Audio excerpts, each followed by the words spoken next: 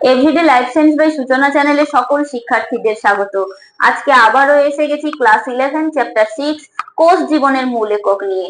তো আজকে পার্ট 14 এ পড়াবো মাইক্রোটিবিউল এবং মাইক্রোফিলামেন্ট সম্পর্কে। তো ভিডিওটা স্কিপ না করে দেখতে থাকো এবং চ্যানেলটি সাবস্ক্রাইব করে পাশে থাকা বেল আইকনটি প্রেস করে দাও, যাতে পরবর্তী নোটিফিকেশন তোমাদের কাছে পৌঁছে যায়। তাহলে চলো এবার শুরু করি। এই যে তোমরা পড়াশোনায় যে উপকরণ ব্যবহার করো, তাই তো? লেখার জন্য কি ব্যবহার করো? পেন। আমি এই হোয়াইট বোর্ডে লেখার জন্য কি ব্যবহার করছি? দেখো, আমি ব্যবহার করেছি একটি হোয়াইট মার্কার পেন। দেখো, এই পেনটা দেখতে ঠিক টিউবের মতো, তাই না? ধরো টিউবে ধরে নাও। তাহলে মাইক্রোটিবিউল কে আমরা কি কি বলতে পারি? মাইক্রোটিবিউলকে আমরা ভেঙে নিতে পারি। একটি হচ্ছে মাইক্রো আর একটা হচ্ছে টিবিউল। এই মাইক্রো কথার অর্থ হলো ক্ষুদ্র এবং টিবিউল কথার অর্থ হলো নল। ক্লিয়ার? তাহলে মাইক্রোটিবিউলটা কি? মাইক্রোটিবিউল হচ্ছে ক্ষুদ্র নলাকৃতি শাখাহীন যে অঙ্গাণু। কোথায় পরিলক্ষিত হয়? আদর্শ কোষের সাইটোপ্লাজমে। ঠিক আছে? ওর কাজ কি? কাজ হচ্ছে কোষের আকৃতি প্রদান করা এবং কোষের চলনে সাহায্য করা। এটাই হলো মাইক্রোটিবিউল। বুঝেছো? তাহলে আমরা সহজ ভাষায় মাইক্রোটিবিউলের কিভাবে সংজ্ঞায় উপনীত হব? আদর্শ কোষের কোথায়? সাইটোপ্লাজমে। আদর্শ কোষের সাইটোপ্লাজমে অতি ক্ষুদ্র নলাকার ফাঁপা যে কোষীয় অঙ্গাণু কি করে? কোষের চলন এবং আকৃতি প্রদান করে, তাকেই বলা হয় মাইক্রোটিবিউল। ঠিক আছে? এই মাইক্রোটিবিউল টিবিউলিন প্রোটিন দ্বারা গঠিত। কি দ্বারা গঠিত? Tubulin protein.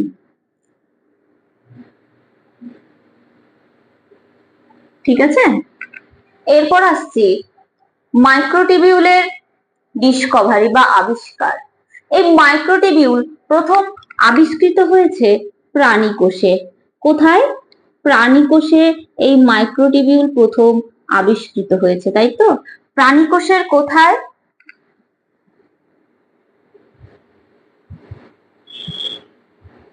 মায়োলিন আবরণীযুক্ত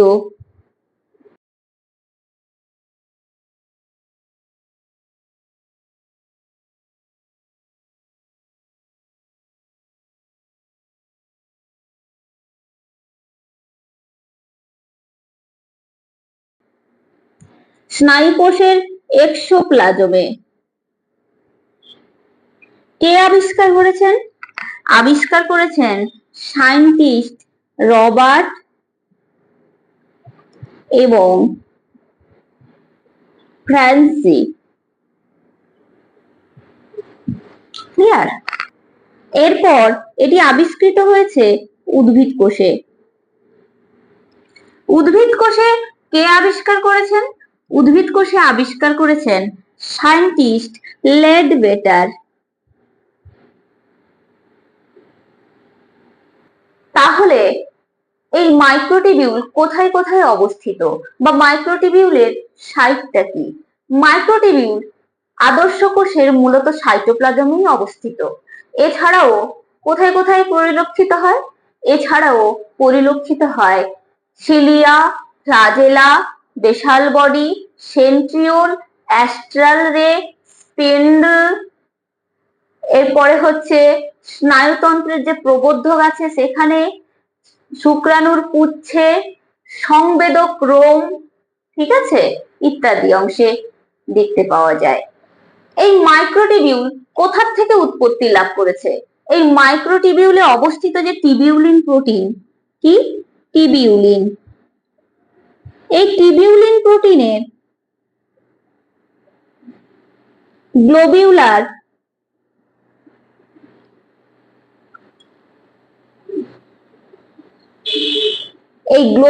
প্রোটিন সর্পিল আকারে বিন্যস্ত থেকে মাইক্রোটিবিউলের উৎপত্তি ঘটিয়েছে। এখন যে পয়েন্টটি তোমাদের সামনে ডিসকাস করব সেটি হলো মাইক্রোটিবিউলের গঠন বা স্ট্রাকচার অফ মাইক্রোটিবিউল। মাইক্রোটিবিউল কেমন দেখতে হয়? দেখো, একটি মাইক্রোটিবিউল এরকমই দেখতে হয়, নলাকার, ফাঁপা, শাখাহীন একটি অংশ বিশেষ। তাহলে এর ব্যাস কত হয়? এর ব্যাস হয় 210 থেকে 250 অ্যামস্ট্রং। ঠিক আছে। এর দৈর্ঘ্য কত হয়?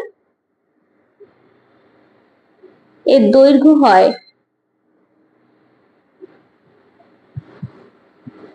কয়েক মাইক্রোমিটার।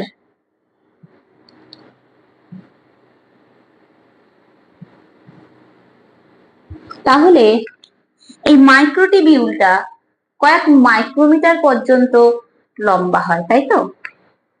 এই মাইক্রোটিবিউলের যে নলের প্রাচীর আছে, এই নলের প্রাচীরে 13টি প্রোটোটিবিউল, কয়টি বললাম? 13টি প্রোটোটিবিউল সর্পিল আকারে বিন্যস্ত থাকে। কেমন ভাবে? সর্পিল আকারে বিন্যস্ত থাকে। ঠিক আছে।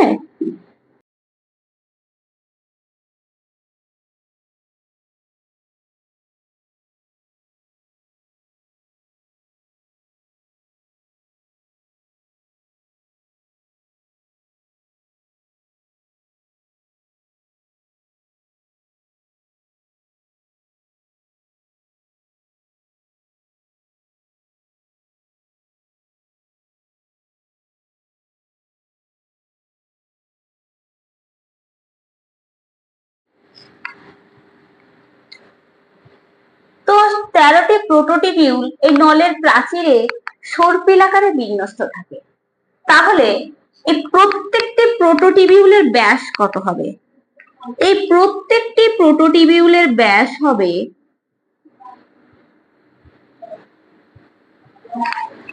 কত হবে?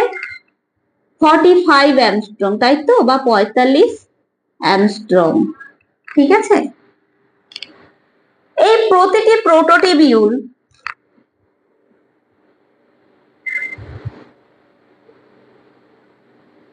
কি দ্বারা গঠিত? প্রত্যেকটি প্রোটোটিবিউল গঠিত টিবিউলিন প্রোটিন দ্বারা। কি দ্বারা গঠিত? টিবিউলিন প্রোটিন দ্বারা গঠিত।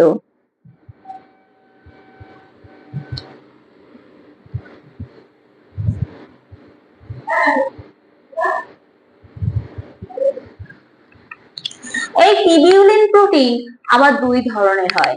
কি কি সেটি? একটি হচ্ছে আলফা টিবিউলিন, অপরটি হচ্ছে বিটা টিবিউলিন। ঠিক আছে। এই আলফা এবং বিটা টিবিউলিন পরস্পর যুক্ত হয়ে কি গঠন করে? গঠন করে টিবিউলিন ডাইমার। কি গঠন করে? Tubulin dimer.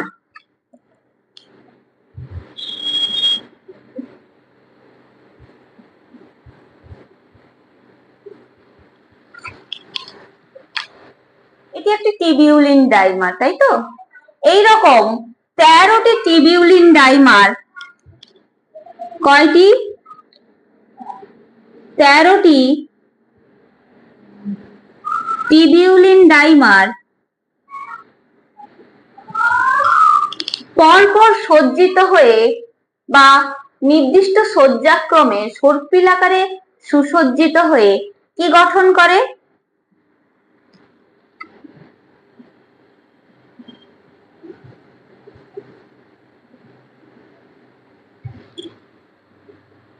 গঠন করে মাইক্রোটিবিউল।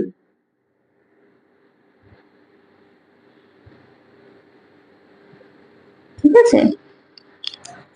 তাহলে কি গঠন করলো? মাইক্রোটিবিউল, তাই তো? এই টিবিউলিন ডাইমার গুলো এরকম সর্পিল আকারে মাইক্রোটিবিউলের প্রাচীরে সুবিন্যস্ত থাকে। ঠিক আছে, তাহলে মাইক্রোটিবিউলের গঠনটা আশা করি বুঝতে পেরেছো। তাহলে কাজ কি হবে মাইক্রোটিবিউলের? মাইক্রোটিবিউলের কাজগুলি হলো, নাম্বার 1, মাইক্রোটিবিউল কোষের চলনে, বিশেষ করে সিলিয়া এবং ফ্লাজেলার চলনে বিশেষ ভূমিকা পালন করে। নাম্বার 2, স্পার্মিওজেনেসিসের সময় শুক্রাণু গঠনে সহায়তা করে। নাম্বার 3, কোষ বিভাজনের সময় কি করে? বেমতন্তু গঠনে সাহায্য করে। নাম্বার 4, নিউরনের স্নায়ু প্রবোধকের মাধ্যমে স্নায়ু উত্তেজনা পরিবহনে সহায়তা করে। এরপরে আসছি মাইক্রোফিলামেন্ট। এই মাইক্রোফিলামেন্টকে যদি আমি দুটো আলাদা ভাগে ভাগ করে দিই, একটি হচ্ছে মাইক্রো আর অপরটি হচ্ছে ফিলামেন্ট, তাই তো? আচ্ছা, এই মাইক্রো কথার অর্থ কি তাহলে? এই মাইক্রো কথার অর্থ হলো ক্ষুদ্র, এবং ফিলামেন্ট কথার অর্থ হলো তন্তু।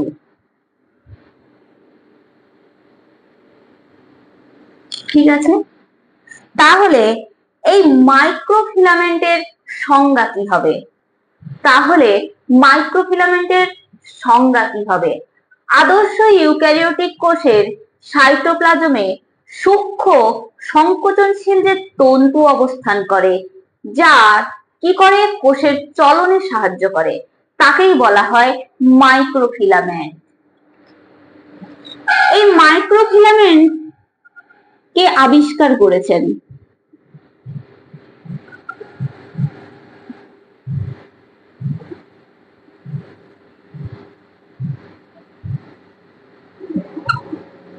এই মাইক্রোফিলামেন্ট আবিষ্কার করেছেন সায়েন্টিস্ট পেলভিজ।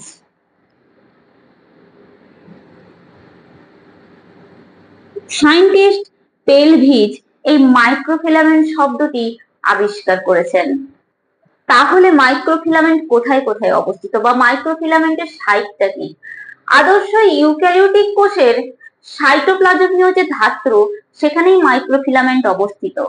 এছাড়াও সাইটোপ্লাজমীয় আবরণীর নিচে মাইক্রোভিলাই, ক্ষরণ কোষ, সিউডোপোডিয়া, পেশিকোষ ইত্যাদিতে অবস্থিত। পেশিকোষে অবস্থিত মাইক্রোফিলামেন্টকে কি বলা হয়?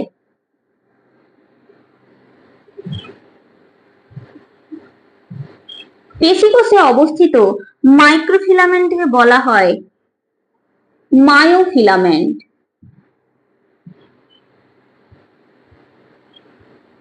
ঠিক আছে, তাহলে পেশিকোষে অবস্থিত মাইক্রোফিলামেন্টকে বলা হয় মায়োফিলামেন্ট।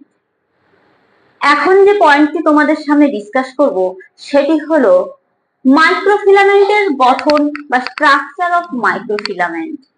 এই মাইক্রোফিলামেন্ট দুই ধরনের হয়। কি কি? একটি হলো অ্যাক্টিন প্রোটিন যুক্ত মাইক্রোফিলামেন্ট,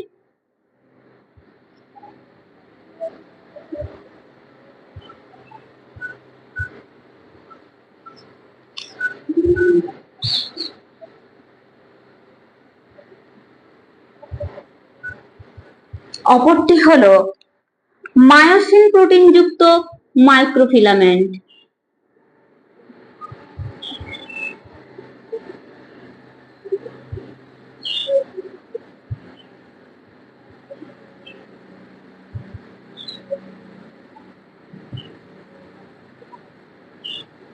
ঠিক আছে, এই অ্যাক্টিন প্রোটিন যুক্ত যে মাইক্রোফিলামেন্ট, এর ব্যাস কত? এর ব্যাস হলো 50 অ্যাংস্ট্রম বা 50 অ্যাংস্ট্রম। মায়োসিন প্রোটিন যুক্ত যে মাইক্রোফিলামেন্ট, এর ব্যাস কত? এর ব্যাস হলো 100 অ্যাংস্ট্রম বা 100 অ্যাংস্ট্রম। অ্যাক্টিন প্রোটিন যুক্ত মাইক্রোফিলামেন্টের তন্তু দুটি প্যাঁচানো ভাবে অবস্থান করে। কিভাবে? প্যাঁচানো ভাবে অবস্থান করে। এদের খাঁজে, এই যে খাঁজ, এই খাঁজে কি কি সংযুক্ত থাকে? একটি ট্রোপোমাইসিন,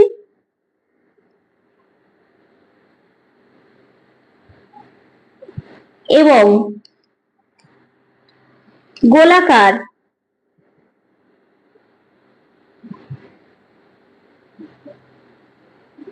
ট্রোপোনিন সংযুক্ত থাকে। এই একটিন প্রোটিন যুক্ত মাইক্রোফিলামেন্টের প্রতিটি তন্তু এফ অ্যাক্টিন তন্তু দ্বারা গঠিত। প্রত্যেকটি এফ অ্যাক্টিন তন্তু গোলাকার জি অ্যাক্টিন তন্তু দ্বারা বা তন্তু একক নিয়ে গঠিত। তাহলে কি হলো? প্রত্যেকটি এফ অ্যাক্টিন তন্তু গোলাকার জি অ্যাক্টিন প্রোটিন একক দ্বারা গঠিত। এই মায়োসিন প্রোটিন যুক্ত যে মাইক্রোফিলামেন্ট, এটি আবার দুই ধরনের হয়। সেটা কি কি? একটি হচ্ছে লাইট মেরোমায়োসিন, অপরটি হলো হেভি মেরোমায়োসিন।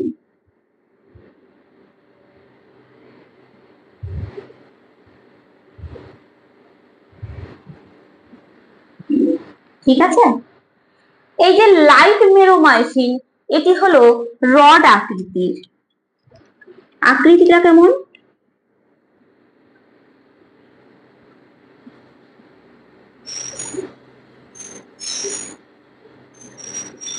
রড আকৃতির নেয়। এটি মায়োসিন তন্তু গঠনের কাঠামো হিসেবে কাজ করে। এরপরে আসছি হেভি মেরোমায়োসিন। এই হেভি মেরোমায়োসিন দুই ধরনের হয়। সেটা কি কি? একটি হচ্ছে দণ্ডাকৃতি অংশ। এই যে দণ্ডাকৃতি অংশ, এটি কি হয়? এটি লাইট মেরোমায়োসিনের সঙ্গে সমান্তরাল ভাবে বিন্যস্ত থাকে। আর অপরটি হলো গোলাকার মস্তক। কি বললাম? গোলাকার মস্তক। এই যে গোলাকার মস্তক, এটি অ্যাক্টিন এবং মায়োসিনের, কি বললাম? অ্যাক্টিন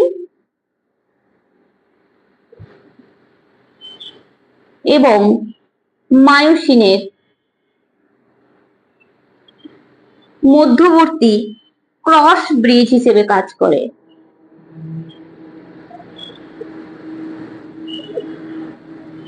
কি বললাম? ক্রস ব্রিজ হিসেবে কাজ করে অ্যাক্টিন এবং মায়োসিনের মধ্যবর্তী। তাহলে মাইক্রোফিলামেন্টের গঠন এখানেই কমপ্লিট করলাম। এবার আসবো মাইক্রোফিলামেন্টের কাজ বা ফাংশন গুলো কি কি।